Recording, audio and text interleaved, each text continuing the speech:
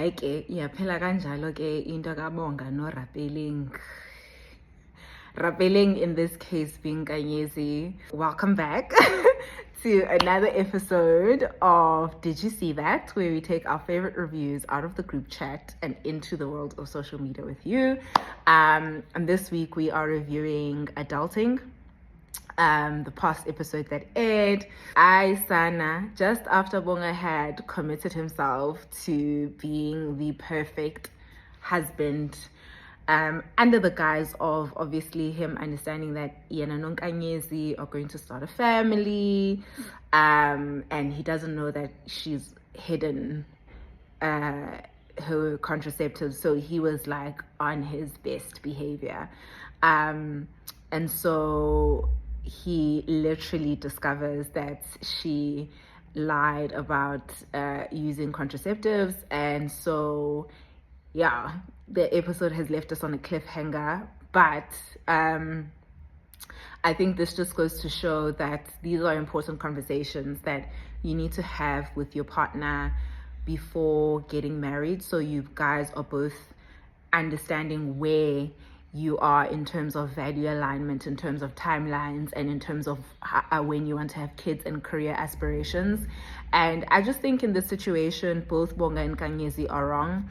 Bonga because he obviously wants to dictate that they should have children now without understanding that the person that he married, who has her own dreams, who has her own aspirations and ambitions, and so is not, meeting her halfway.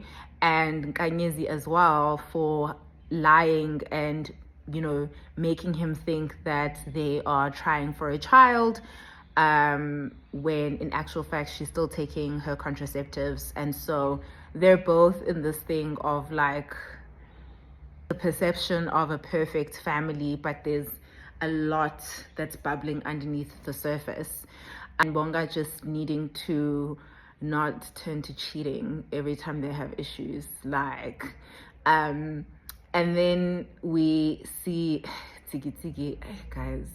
Nkanyezi tells him that she had a bad dream about him at a wedding, but people were crying, and we know, like in African culture, weddings sometimes symbolize death, and it's kind of like a foreshadowing, because we've already been told that one of the characters in Adulting is going to die this season, and with Tsikitsiki having turned over into a life of crime, and is stealing again cars in order to make ends meet for Ncumisa, and sending her to school.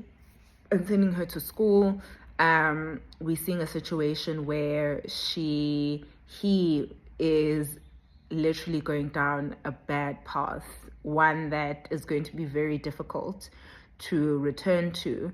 And I think what's also just so interesting about this is that Tsikitsiki is a very prideful person, but he could have, he doesn't know what could have happened if he had spoken about this with his friends, and it speaks to, I guess, themes around like intimacy and male friendships, and the importance around spaces for vulnerability as well, Hayi ke Mpho. Even Bonga was like, bengikuthembile kanti unje, so Bonga against with the request of Mpho, speaks to Zitulele and actually finds out that his friend is the one who is in the wrong, and he confronts him. Obviously, I think Bonga didn't do it in the correct manner, but what you see is that Mpho is not willing to listen. He's not willing to listen, and I think him and Zitulele at this point are playing a game of who can aggravate the other even more. And I think also without, and the casualty in the situation is the kids, you know. And also, but just besides that, Mpho thinking that he owns Zitulele and who she can see because they've had children together, but you can go around sleeping with other people. Incha khaxa ke sana, you know, like yazi yayintsha, yazi yayintsha, you know. And just some of those, like you can see also his frustrations with Zitulele and this person that she has in her life. We don't know if they're friends or they're dating, but also how that becomes the main center of, you know, contention, especially because now he is kind of feeling that this person is replacing him as the role that he plays in his kids' lives, and they're just not hearing each other in this situation at all. And Mpho obviously is not taking any advice from Bonga at all. Yeah, Haike Vuyani. I don't have any words. I don't, other than he's playing with fire.